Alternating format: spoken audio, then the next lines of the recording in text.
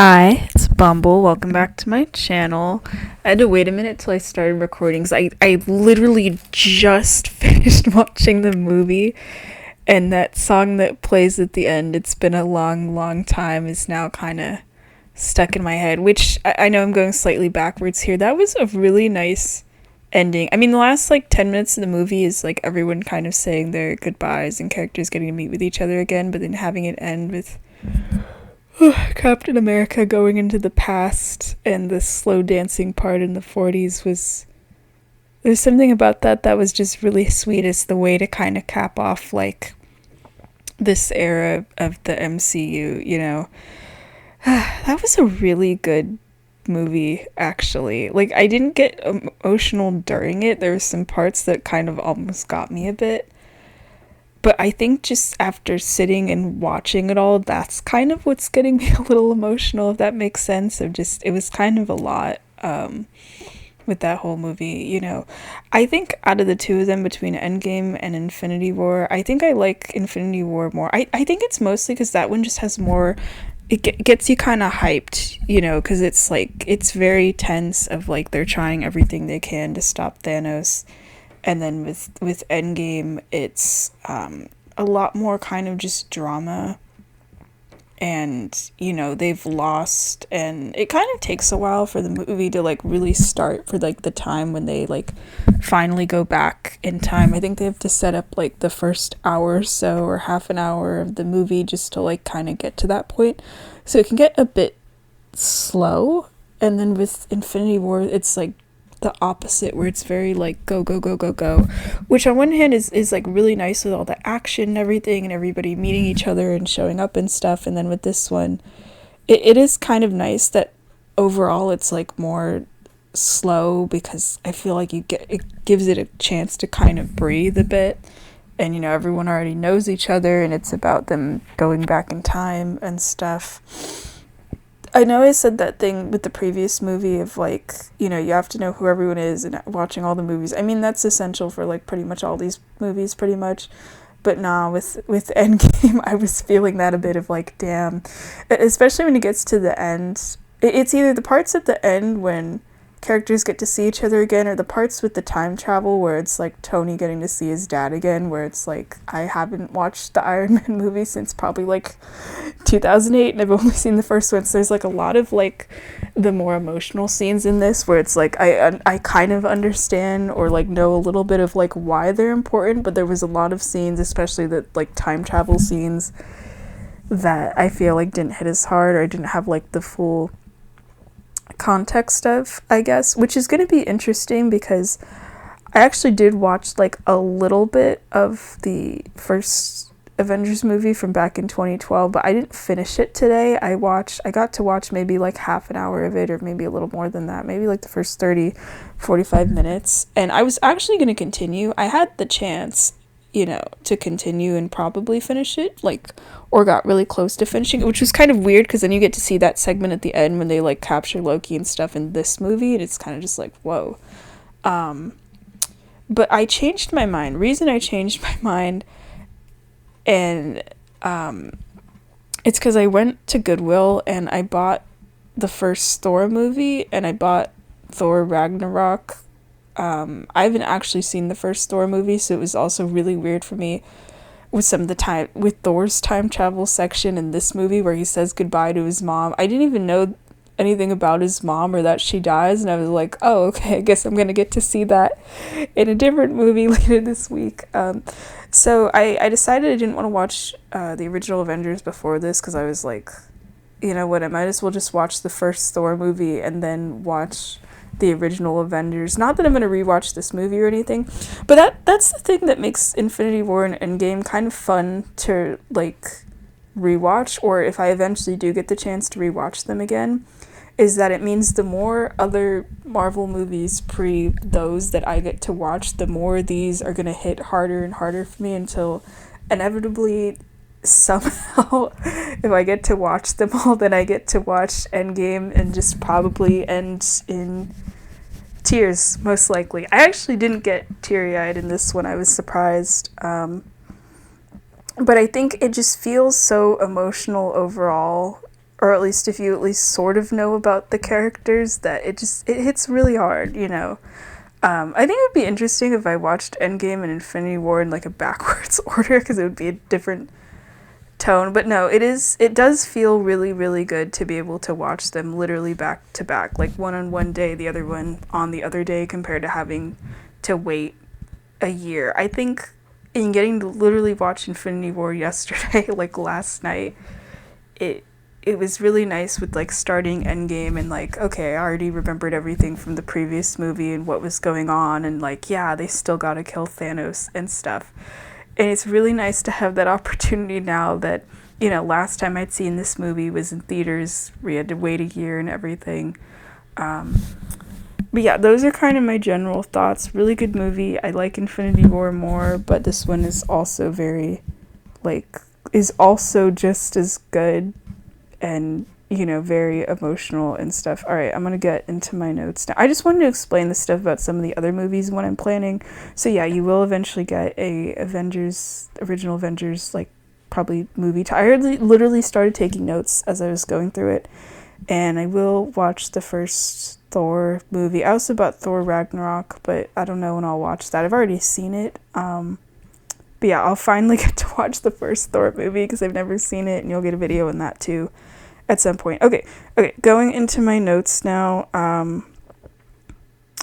I forgot about Hawkeye and his family, honestly, because it starts with him with his kids, and then his entire family. That's like kind of crazy, you know, because it's like half of the population everywhere disappears, and that it just conveniently ends up being that it's his entire family. Like for a lot of the other characters we've seen, it's like they lose maybe a couple of people or like one person. I mean, the Guardians, I think, are pretty much almost all dead except for Rocket, which I didn't remember until I realized, like, wait, why is he like suddenly really depressed and not making as many jokes? And I realized, oh shit, everyone's gone. But yeah, to be unlucky enough where it's like your entire family disappears is crazy.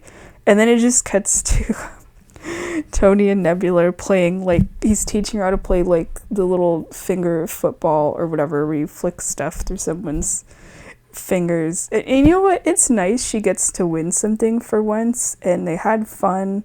Someone actually being nice to her. Like, it was really weird for me watching, which is so nice that I got to watch this again. When I rewatched a couple weeks ago, Guardians 2 and 3, and I couldn't remember, like, why is Nebula suddenly so nice, and why is Gamora kind of a dick again? And then I realized from this movie of, like, oh, okay. You know, I completely forgot, because I knew they had a different Gamora, but I didn't know how it worked.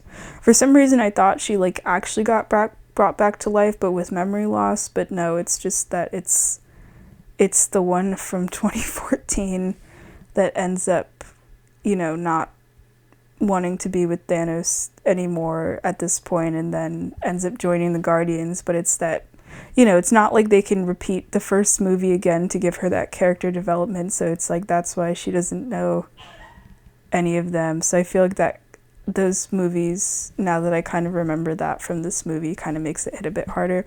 But also I forgot this was the movie, because like Nebula's kind of mean for like both the first two Guardians movies, and then with the third one it's like, you know, she's part of that team. And just from watching those movies alone from the rewatch, I was like, wait, how did you suddenly become like a better person? But it's through this movie specifically, you know, people actually getting to want to be around her for once. But yeah, I forgot how this one starts, where the two of them end up stuck together floating in space, and it's so weird. I will say, getting to watch this as a first rewatch, knowing exactly which characters are going to die, but like specifically knowing that like Iron Man is going to do the thing where he's like, I am Iron Man, and does the snap and like dies, because there's like so many parts where he says things or things happen where it's like, oh hey, maybe there's gonna be death, and you know that he's gonna die, and it's like, oof. Actually, I think most of my notes are just lines about that, of like, character says a thing and I'm like, you're gonna be one of the ones that die. Like, he gives this whole recording when they're in space about like thinking he's gonna die, because he would have died there, you know, if Captain Marvel didn't show up. He would have absolutely, you know, died there from the oxygen loss of oxygen. I actually kind of forgot about Captain Marvel because she's kind of only there at the beginning and the end, where she like brings Tony back to Earth, which is kind of what helps kickstart the time travel plot and everything, because he's like required for that. And then she's just like, all right, I'm gonna go help the other planets by. um yeah, too bad they couldn't bring her with the time travel stuff, because she's like the closest out of all of them, it always seems like, to like actually be able to kill Thanos and everything. And I mean, she does show up at the end to help them, which is good. I forgot that she's like a little bit more in the movie than I had remembered. But yeah, no, I know why they gotta give her that excuse of like, all right, gotta go help the other planets by, because you know, they have to balance it of not having the characters that are like too OP there to make things too easy, you know. Um, mm, Thanos just becoming like a recluse slash like space farmer. I kind of vaguely remember there's something about that that's like kind of just funny to me, of like everyone else is mourning and the world's sort of screwed and Thanos is just out there living his best life, I guess. Um or just the whole thing of like I forgot how I forgot, you know, before I watched the movie, of how he ends up finding out, you know, that the characters went back in time and are trying to get the stones, and it's like the 2014 version of Thanos specifically they have to fight, because you know, they literally kill the one from the like former present timeline, the future. The time travel stuff's always really weird. It's I feel like I'm gonna get confused talking about it or whatever. But yeah, then the 2014 one, you know, is kind of doesn't even really seem that angry of like, oh, they lost in the future and I died and whatever. He's more just like, damn it, I gotta just put things back the way they were. And then I'm still thinking about the part when he gets snapped at the end and turns into dust, and he kind of just sits there and he just looks really tired throughout most of this movie, and in the other one too, you know, because of like the way he views the whole like snapping half the population out of existence and stuff. But yeah, I forgot the movie starts off as such a downer. You know, like they cut off Thanos' head in the first 10 minutes and the stones are gone, and there's the 5-year time skip, and everyone except Tony Stark is doing like awful, basically. It's crazy thinking about like the original Avengers members, where like Hawkeye's going off on his own quest of trying to beat villains. I do really like, that's one of my favorite parts of the movie actually, when he finally gets revealed like an hour or so in. It like takes a while to like for them to find everybody, but there's that part where he's in Tokyo, and it was like right at the point too where I thought like, man, this movie's like kind of a bit boring, and then they show him in Tokyo and he's getting into sword fights and stuff. That was really cool actually. Or you know, Thor is, I think, an alcoholic, and I forgot that Fortnite, I guess, is canon to the MCU, because they show it on screen for a little bit that Thor has to threaten somebody in Fortnite. It just really threw me off, and I was gonna laugh at it. And I remembered my parents were there, and I didn't want to have to explain about Fortnite. That's a later part of my notes, but I'm just thinking about that. And then Tony, meanwhile, is just, you know, he's living in that cabin with his wife and kid, and that's the thing that's kind of a bummer. If he, out of everyone, ends up like actually doing better after the time skip and everyone getting snapped, and then in the, you know, the timeline they end up making where everyone lives, he's the one that like has to die. But you know what? At least he got that 5 years of having like a really happy life for a while. I feel like that probably makes it kind of hurt less. I forgot about Ant-Man as well. That's also got to be crazy of like, you know, he ends up in the quantum realm. Because I remember that he's in this movie, I just didn't remember how, and then he ends up being stuck there for like 5 years, and then he comes back and the world's messed up and half the population's gone and his daughter growing up. I remember when I got to the part, you know, when I was originally watching this in theaters and it showed his daughter Cassie and she's like a teen now, and the last time he'd seen her she was probably like 10 or something. There was something about that got me really emotional.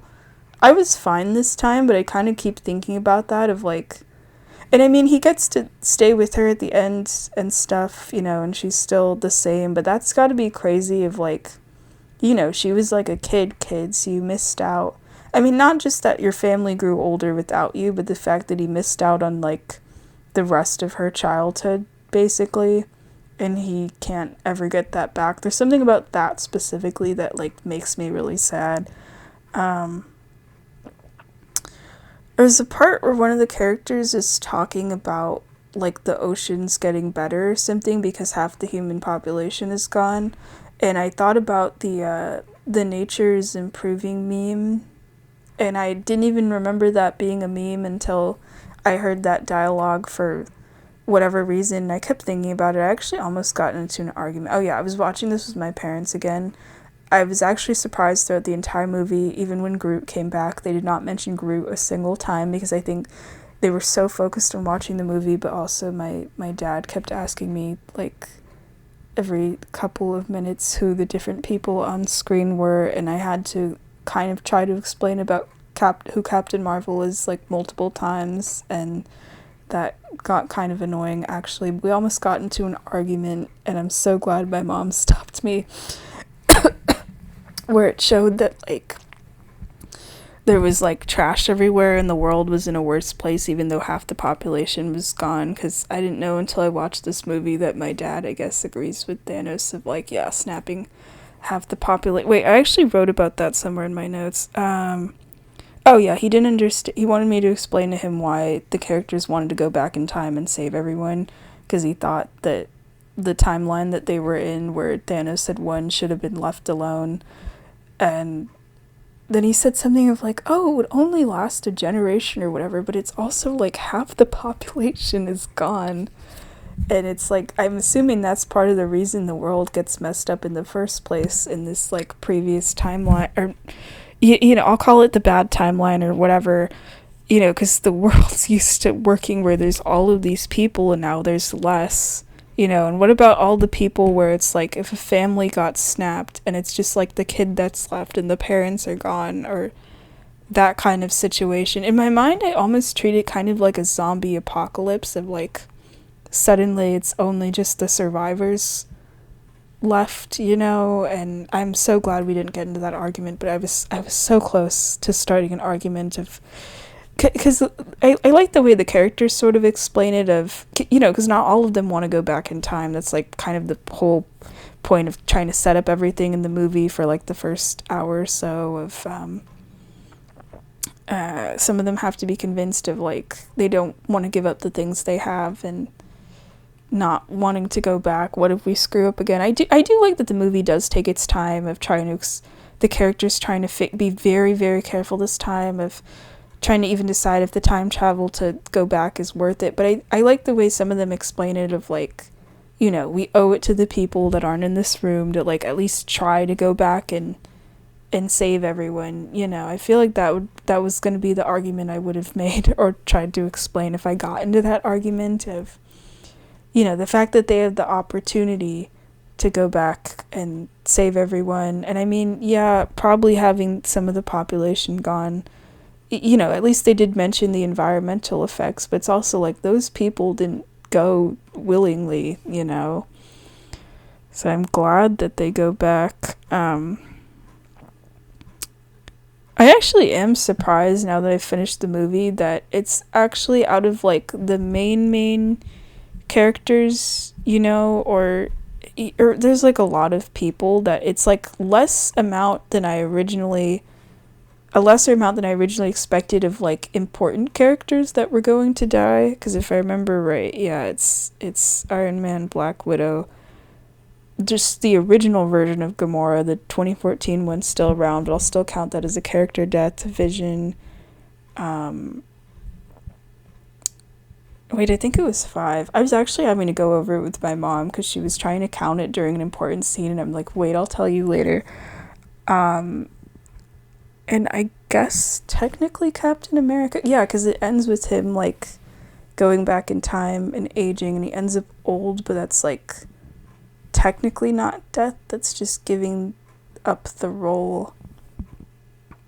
And then I forgot about Loki too. Oh wait, no, he's not dead. I actually have a note about that somewhere. Okay, I'm gonna go back to my notes. Sorry, I got off like on a completely different tangent here. I did write about some of the memes because I remember in my video yesterday I was recording for Infinity War and I thought there was more memes in that one. I couldn't remember the Endgame memes. No, I wrote at least like 4 of them down somewhere. Oh yeah.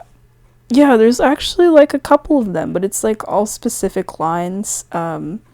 Of the one of Hawkeye saying "Don't give me hope," and I think there's one of the Hulk saying that I call it an absolute win. I think I remember that as a meme, and the "You can't live with your failure.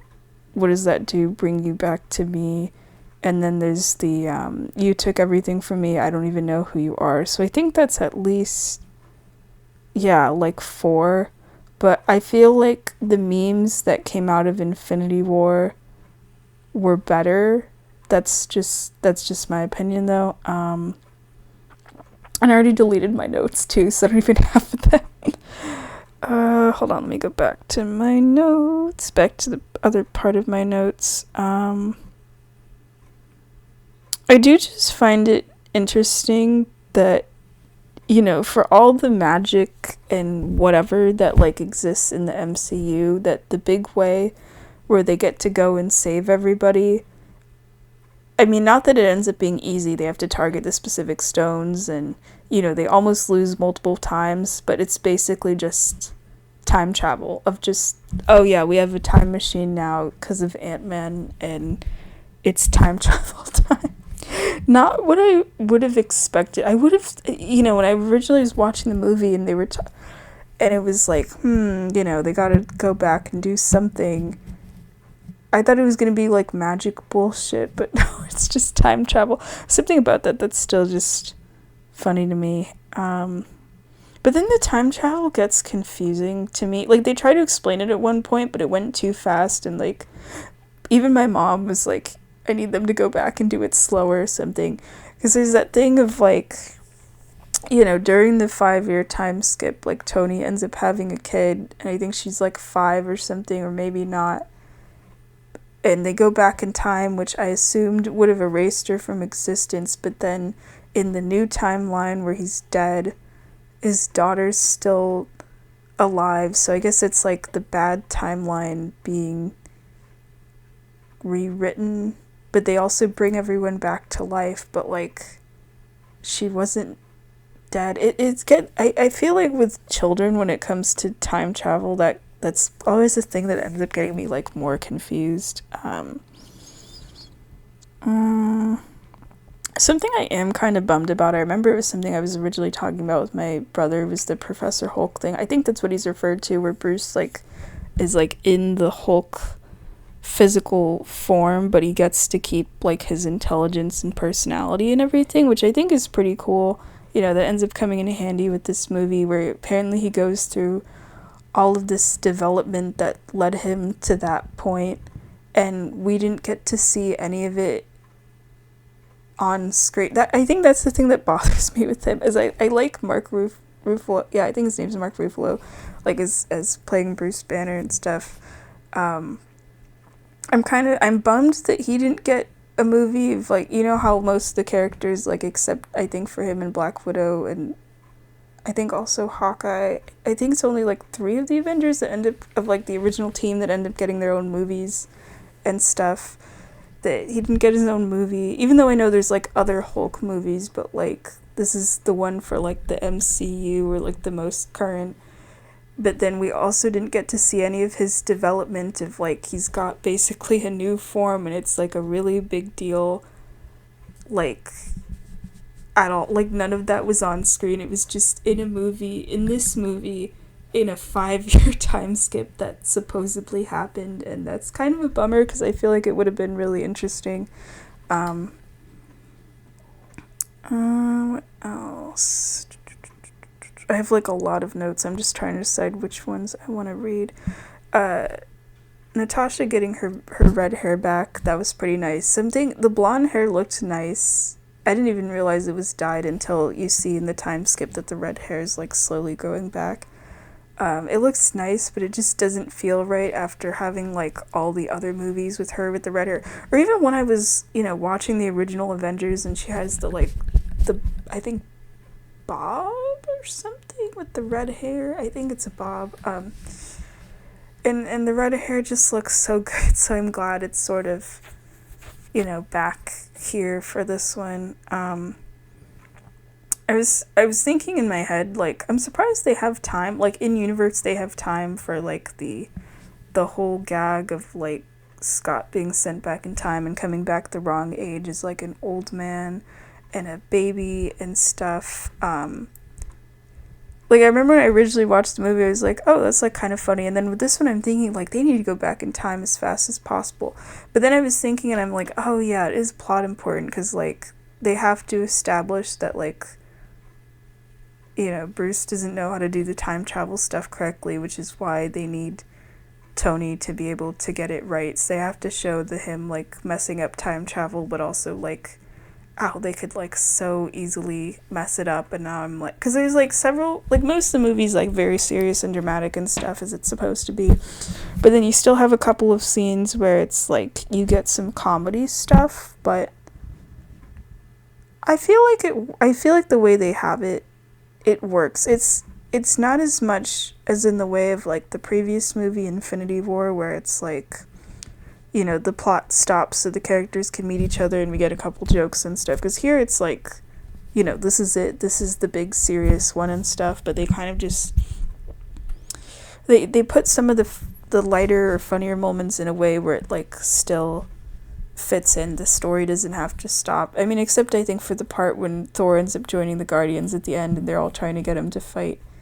Star-Lord to see who gets to pilot the ship. I think that was one of the points where it kind of stops.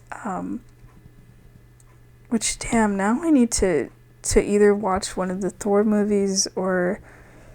Because, like, Thor ends up joining the Guardians at, like, the end of this movie. And I like that it leaves Valkyrie in charge of, like, the new Asgard at this point. That was a cool part of the ending for this movie. But then with the third Guardians movie, he isn't there with them anymore. And I don't remember in what movie or how he ends up, like, eventually leaving them,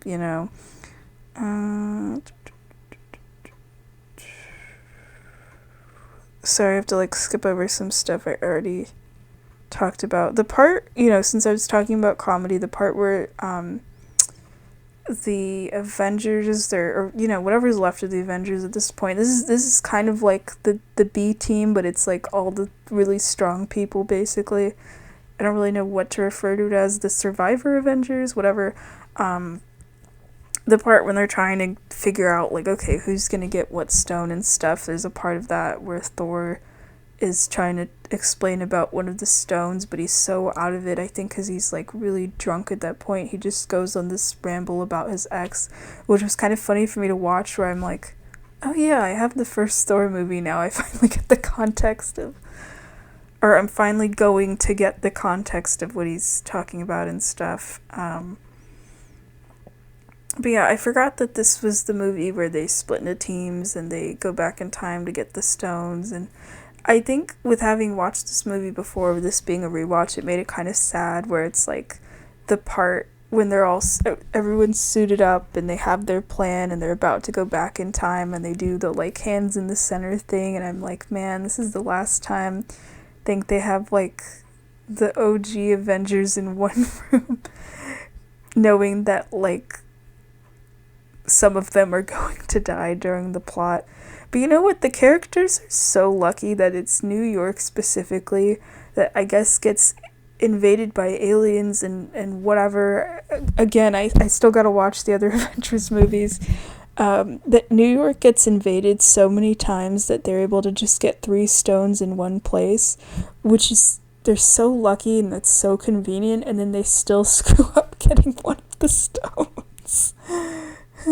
But that was like a whole fun segment actually, the bit when they're in New York, when it's taking place during the original Avengers, which even getting to watch a little bit of the beginning of that today and then getting to watch Endgame was kind of nice actually, because I saw the part in this movie where Hulk cringes at like seeing his past self of just not having that rage anymore, and I was thinking like, damn, the character development and everything between the movies, I feel like it didn't really hit for me until seeing that of like, yeah, for these characters, so much has happened. Where it originally was like with Infinity War, like a 6-year gap or something, but then there's a 5-year time skip, so now it's like 11 years. That's pretty crazy. And I'd forgot about the Guardians being dead except for Rocket, and I was like, okay, no wonder he's trying so hard to save everybody. And I like that, in the previous movie he was kind of bonding with Thor a bit, but then here they're like actually kind of friends. We used to give him the pep talk of like, hey, you're not the only one that's lost somebody and stuff. And just the way Rocket like takes things so seriously in this movie and showing how much he like truly does care about the other Guardians and them being like his family and stuff is really sweet, honestly. Just seeing those little bits of like this movie kind of made me want to watch the third Guardians again. Like he does so much in this one to try to bring them all back, so then it's kind of nice in the third movie where it's about them trying to help him, But it's just funny to me the part where they go back in time to get the Tesseracts, and then Loki ends up stumbling on it and then leaves, which I wish I'd remembered about that sooner, because I think that's the version of him that's like the main character of the TV show, which is I think that's like the only Marvel TV show that I actually got to watch, and I didn't even finish it, and it was only because I decided to start it at my cousin's house. I don't even know how it like ends or anything. So I'm glad I at least sort of knew about that, or else I would have been writing in my notes of like, where does he go? But I think that's the connection. So I started that TV show like way, way after like Endgame had come out, so I didn't remember the context, and now it's like finally clicking in my head when I saw that scene where he just dips of like, oh, okay, that's where he ends up going. But I remember that was weird for me in theaters where he just leaves, and they never mention him again for like the rest of the movie. The fight where Captain America has to fight himself was pretty good. The line about, yeah, that is America's ass did make me kind of chuckle a bit. I like that, for most of the characters, they have to either fight their way to get the stones or fight something with their past selves or all kinds of stuff. And then for Bruce, it's that he's got to logic his way through getting the time stone. I actually forgot about Tilda Swinton's character, where she was like the original keeper of the time stone and basically like Doctor Strange's mentor. I don't even remember what her character's name was, but it was kind of sad where she hears that line about like, oh yeah, Doctor Strange gave away the stone willingly, where she immediately gives the time stone to Bruce and is like, okay, the world's screwed otherwise, it gotta get serious now and stuff. But I was thinking in that part, because she like basically knows everything, but then hearing that he's the one that gives the stone away, I wonder if she realizes at that point of like that she's going to die at some point. I don't even remember how she originally dies in the Doctor Strange movie, but I'm assuming she probably knows that she's going to die if he's the one that has the stone, is my guess, which then that's going to make it weird if I watch that movie again, where that means, with time travel bullshit stuff, that means she'd know that she's going to have to die, like, the whole time, probably. It's always, like, weird with time travel, with, like, characters, or, like, learning information from your future self, or whatever, of, like, then that influences things from the past and the information Or I forgot that, like, Thanos, and that's when the time travel stuff gets kind of weird for me, of, like, Thanos getting in. I remember, they have to fight him at the end, but I didn't remember how he gets involved, because, like, the future version of him gets literally decapitated, but I'd forgot that it was, like, Nebula being a robot basically messes up everything, where he's able to check her memory and learns about time travel, and then he basically has to rewatch the previous movie. I like to believe that he sat there for the full 2 hours because it cuts back to him seeing the ending scene, or like I think the beginning scene of this movie. I like to think that he sat there for the whole previous movie's runtime, just watching everything play out or whatever. Um, yeah. And then there's the part where Thor gets to see his mom again, which I know I'm gonna watch the original Thor movie probably in like a week or something. I don't know. And I'm gonna get to whatever part of that where his mom gets to be a character and then she like dies or something, and that's gonna hit like so much harder or whatever. Um, she seems cool. I didn't even know about her, and I didn't remember her from the first time I watched this movie. But she seems cool. I think it's really sweet. Like he gets to see his mom before she dies, but also that she looks at him in the face. I mean, besides the fact that I think he has like a different colored eye now, but she can immediately tell like, oh, you're not my version of my son. Like knowing he's from the future, and he's trying to deny it. And there's just something about that of like, I see it makes me think of one of the Moomins episodes of like the thing with like mom characters being able to recognize your child even in like a different form. There's like a Moomin episode that's kind of about that. That's really sweet, honestly. I feel like this would have been this was one of the parts that got me like a little emotional, and I didn't even know anything about her character.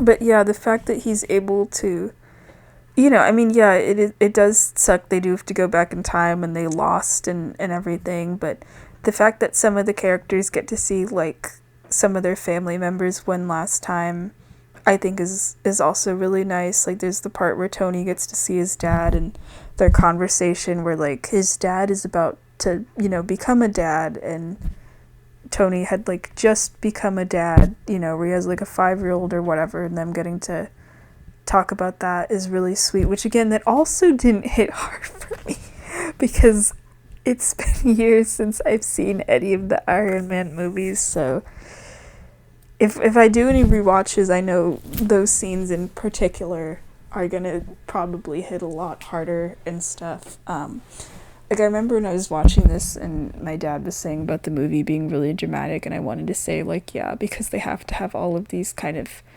emotionally heavy scenes, and it's like the whole payoff of it, I think is what makes this movie really strong, of the fact that it's been built up for literally the last 10 years, which I've also had to explain to my folks the last 2 days of like why it's so important. And I mean, even though I wasn't there for all of those like 10 years basically, and I joined late, where for me it was like 4 years, with like Guardians and stuff, what little I know of like some of the other characters, and the fact that like, even if you've never seen a Marvel movie in your life and then you for some reason decide to watch this movie and you get to those scenes, you're a person, I'm assuming, that's seen enough movies where where something is supposed to be meaningful, even if you don't know the reason why. And I think it's in a way where it just, I think, means the movie is like good overall.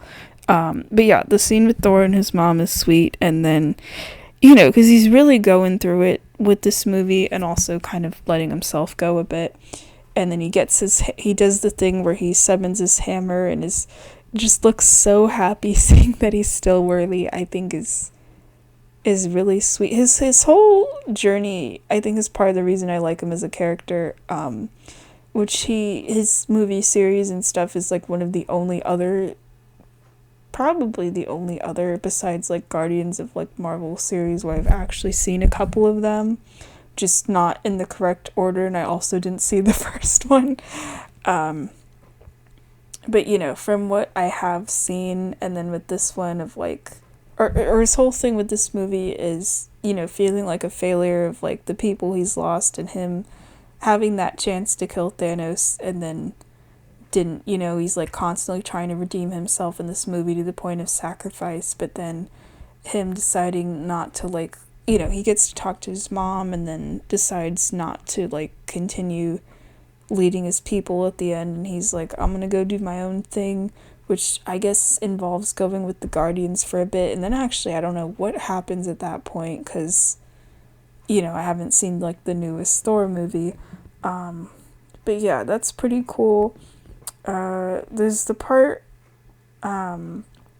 when it shows the beginning of Guardians of the Galaxy and the characters have to, it's showing the intro and I was getting excited and me and my folks were kind of just dancing around a little bit in our seats because it had that song, yeah, Come and Get Your Love. I get so excited hearing that song. I just permanently associate it with the Guardians movies. But yeah, it was kind of fun having that little intro where, like, Star-Lord's dancing around and then it shows the characters that are from the future that are watching him, and they end up and it they can't hear the music, so he's just this guy just dancing around doing whatever, and they just knock him unconscious. That was pretty funny. Yeah,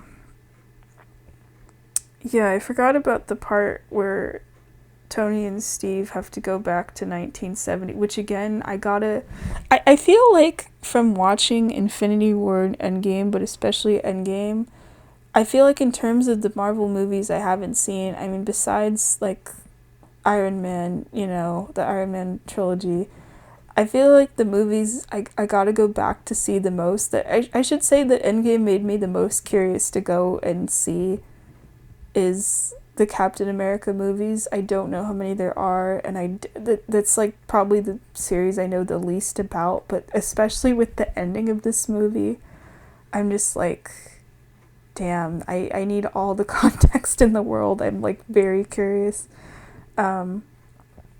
But yeah, which I'm gonna have to track down at some point. I'm sure they're good. I'm sure a lot of these movies are good, honestly. But yeah, they go back to 1970. I already talked about Tony and his dad. I didn't catch the first time that I watched this of, like, he has a driver or assistant named Jarvis. Kind of funny how that works. And then it gets to the part when Hawkeye and Black Widow, they have to go to get to the Soul Stone. What I find interesting with that is, like, their journey to the stone compared to everyone else's is, like, the easiest thing, the point where they're kind of just cruising in this spaceship and they're, like, smiling and stuff, and I mean, then they have to climb the mountain, but, like, compared to what the others have to go to, I don't think it's that bad. But then, they get to the cliff where they have the stone, and then it's like, they have the worst choice out of everyone.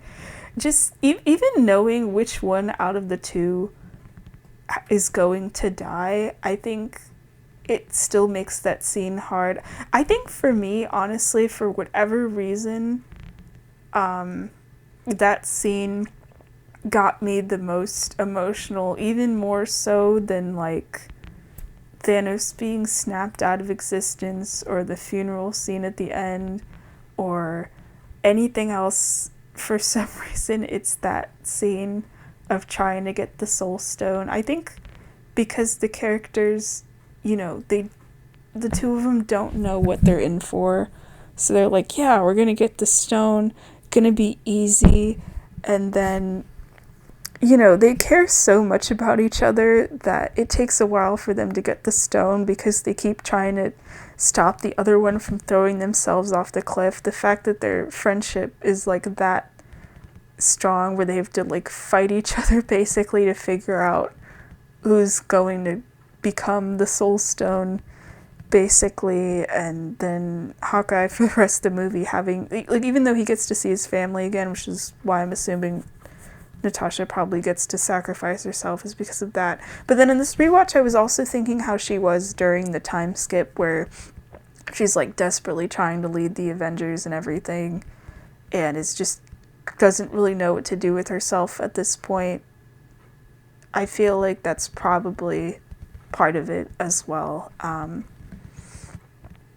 But yeah, that whole section of them on that planet trying to get the Soul Stone and everything, that's the part that got me the most. And it's funny that they almost didn't have to fight Thanos. Like, if it wasn't for, like, the the, I guess, evil past version of Nebula that ends up getting killed by her future self anyway at some point, bringing Thanos into the future and stuff. Because it's just originally like the Avengers arguing, like, okay, who's going to die trying to do the snap to bring everyone back. And the part when they bring everyone back is crazy. It's like this one little hope spot for like a couple of seconds where they aren't sure it works, and they start seeing the signs of life, and then immediately, man, the building gets destroyed, and I forgot about that. That's the nice thing, that I haven't watched this movie in so long that I forgot some of the big moments, but also how those big moments happen. So I did like sigh of relief a little bit when the characters are just like, we did it, we brought everyone back. It's specifically for me that part where Ant-Man's just hearing the birds outside, and you see that like kilowatt smile or whatever on Paul Rudd's face, where you feel like everything's gonna be okay, and then immediately everyone gets put under the rubble and stuff. But even though they have to go through all that stuff, they have to fight, which leads to them fighting Thanos again and everything, I'm actually almost glad that Thanos is there, just so they could have more of like a proper fight. I mean, the whole group of everyone really in the previous movie was all split up, so it's only like a couple of characters fighting him, and it's not even really like a fight. So it is kind of nice with this movie at the end where everyone's just like, we gotta finally just fucking kill the big purple dude, and then everyone is there and they get to fight him, and you get the big moments that made people lose their shit in theaters, which I had to explain to my parents, which was funny.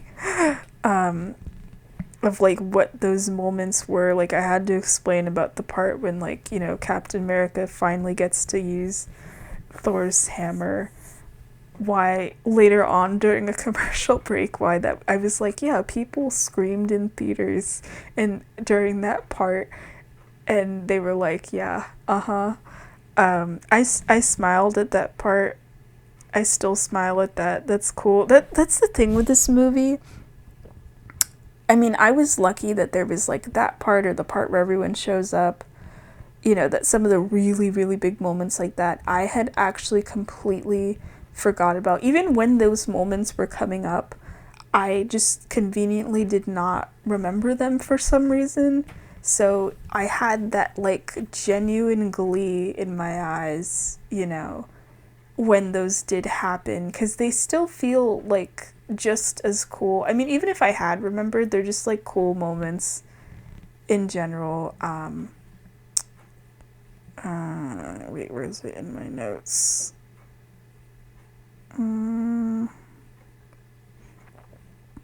Like, I had the biggest smile on my face when it's the part when, Thanos summons his army, and then everyone shows up. It's like the everyone is here meme from Smash Bros. That's, this, and that just puts the biggest smile on my face. I think having like the Avengers theme in the background as well, and especially the part where Captain America says the whole Avengers assemble line, because like everyone's an Avenger now, it's just so cool. I don't even have any more to say on that. It's so good. And then, everyone getting to reunite a little bit is nice.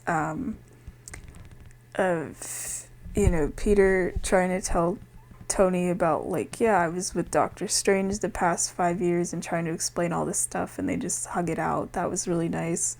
And then immediately after that, because it's like, we're getting some sentimental moments here. It kind of still hurts a bit of, like, Star-Lord thinking that he's seen Gamora again, but it's the 2014 Gamora that doesn't know him, so I think, like, they imply she, like, kicks him in, like, the balls or something, but they try to set it up as, like, a sweet moment of, like, he gets to see her again, but it's not his Gamora, I was surprised. I thought I was going to feel more with that moment, since I had just, rewatched all the Guardians movies, but But no. But yeah, it's funny to me, they basically play like football with the Infinity Gauntlet of passing it around. Or I guess it's more of like passing around Spider-Man, pretty much. But it's funny of like, they went through all this stuff of trying to get the stones and bring everyone back to life, and then Thanos ends up with the gauntlet again until the stones. I still, like, timing wise, don't understand that of like, he picks up the gauntlet, but the stones are gone, and then Iron Man with the Iron Man hand has the stones, and I'm like, when did he even swap it out? That was really fast.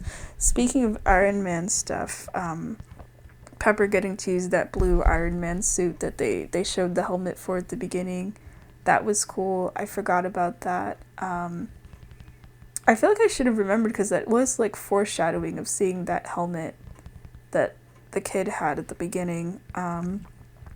And then Captain Marvel gets to show up, and her destroying Thanos' ship was also really cool. It made me, even though she doesn't do it in like one hit or anything, I think it takes her like 3 or something, that made me think of the part in Super Smash Bros. Brawl during the Subspace Emissary. It's that one cutscene, it's one of my favorites, where Kirby is on the Dragoon and he slices through that really big ship. I don't think it was the Halberd, I think it was a different ship, and it's just one clean hit and then it's like destroyed. It kind of felt like that, basically. And then the I am inevitable, I am Iron Man part, where like the snap happens and then like Iron Man dies. That part is still so good. But then it was slightly ruined for me. It was kind of funny though. You know that it takes Tony, like, those dramatic pauses of him saying that I am Iron Man, and then before he could say Iron Man, my mom just suddenly said dead, and then he said the Iron Man thing and snapped. And the thing is, I think she'd seen the movie but didn't remember it. I don't think she remembered that he was going to die in this movie, but just the fact of her saying that at the part, like, in the moment, I was mad because I was absorbed in the scene. It was kind of annoying watching this with other people that, like, kept talking during some of the emotional scenes and kind of took me out of it a little bit. But now thinking about that part, that's so funny to me. That is the exact kind of thing she would try to do if we were watching this in theaters or something. Oh my gosh. And it's been bothering me, actually. I can't remember who I originally saw this movie with. I have never gone to a movie theater by myself. I just don't like doing that. So I know I didn't see it alone. I know it wasn't my parents. Oh, I think it was my friend group or my brother. Yeah, it might have been my high school group. That has nothing to do with this review. It's just been bothering me this entire time. Like, the past 2 days, I've been desperately trying to remember who the hell did I go see these movies with. Oh, no, it wasn't my high school friend group. I think I remember who it was. Huh. Interesting. You know how sometimes in theaters, I'm going on a slight tangent here.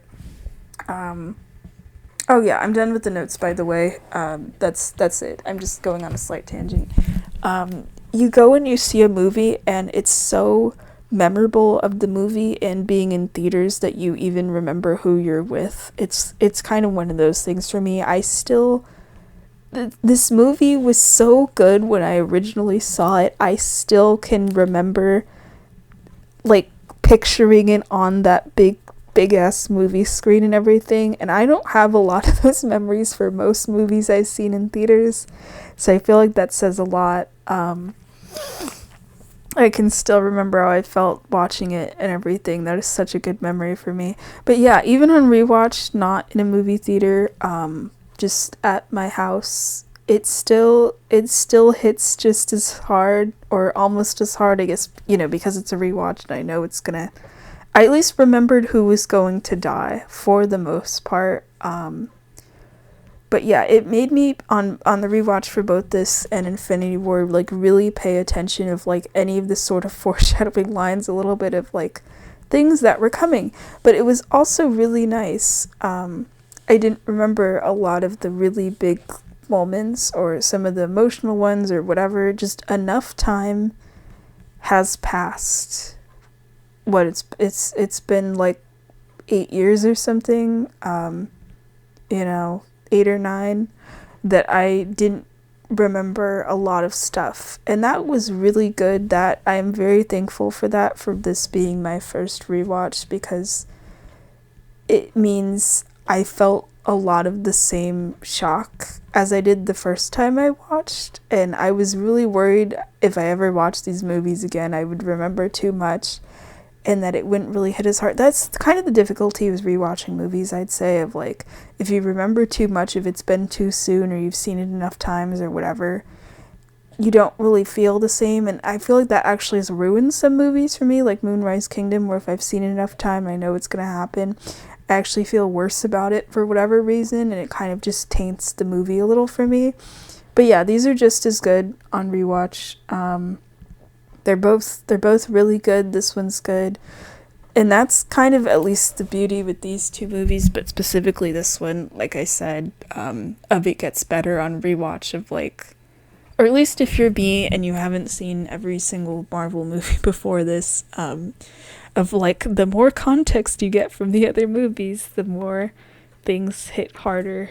But I mean, that's like the point of these. That's the thing that most people had done, of actually watching them, but I, did not have that, but now I want to.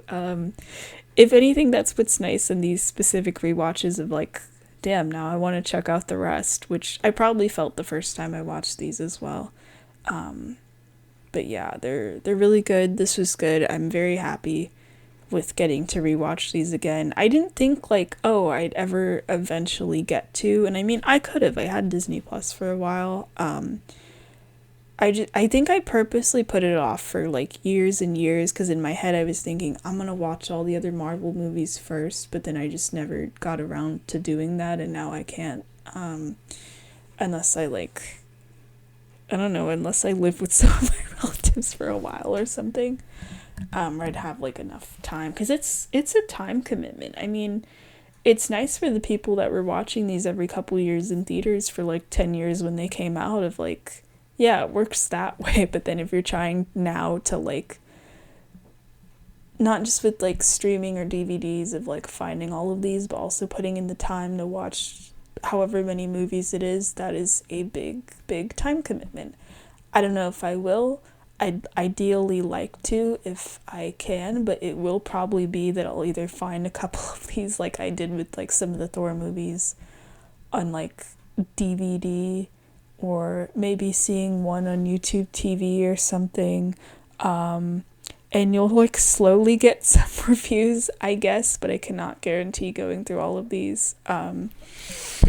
Even if I did, for whatever reason, be able to watch all of them at once, I would not redo all the reviews again. You're just getting my first reactions, and that's it. But yeah, good movie. I'm gonna rewatch Thor at some point. My plan is I want to watch that, and then watching the first Avengers on Amazon Prime. I think that's the only one my brother bought. I'd really like to watch Avengers Age of Ultron. I'm like very curious about like Vision as a character since watching Infinity War yesterday. I gotta find a way to watch that. Maybe it's on like YouTube TV or something. Yeah, but then I also have Hulu for a bit longer until it gets like combined with Disney Plus. They got some of the Black Panther movies on there. Those I've only seen the first one, but it was really cool. But like seeing Wakanda as a setting in Infinity War kind of makes me want to. Yeah, that's the thing with these. It's like it makes you want to go watch the other ones again, and I'm glad I get to do that with some of them. But yeah, I don't know if I'm gonna watch everything I listed. I'm just kind of listing the ones I at least have access to currently. But yeah, fun rewatch. I'll rewatch them again for sure at some point. I won't ever talk about them on here again, unless hypothetically if I watched all the Marvel movies and then watched this, and I'm gonna start recording and I'm gonna be like in tears, and I'm gonna be like, I get it now, or whatever. But they're fun to talk about. It's nice to talk about especially because they're movies I remember so strongly seeing in theaters, you know. And I wasn't even like a major, I mean, I'm still kind of not like a major Marvel fan or anything. Like the only series I like at that point I genuinely cared about was Guardians of the Galaxy. But I think it's a testament to like how good both the movies are, Infinity War and Endgame, of like, even if you know like a little bit, or even if you know nothing and you're just watching it like as a movie, let's hypothetically say that, it's still holds up, still pretty good. All right, bye bye. Thanks for watching.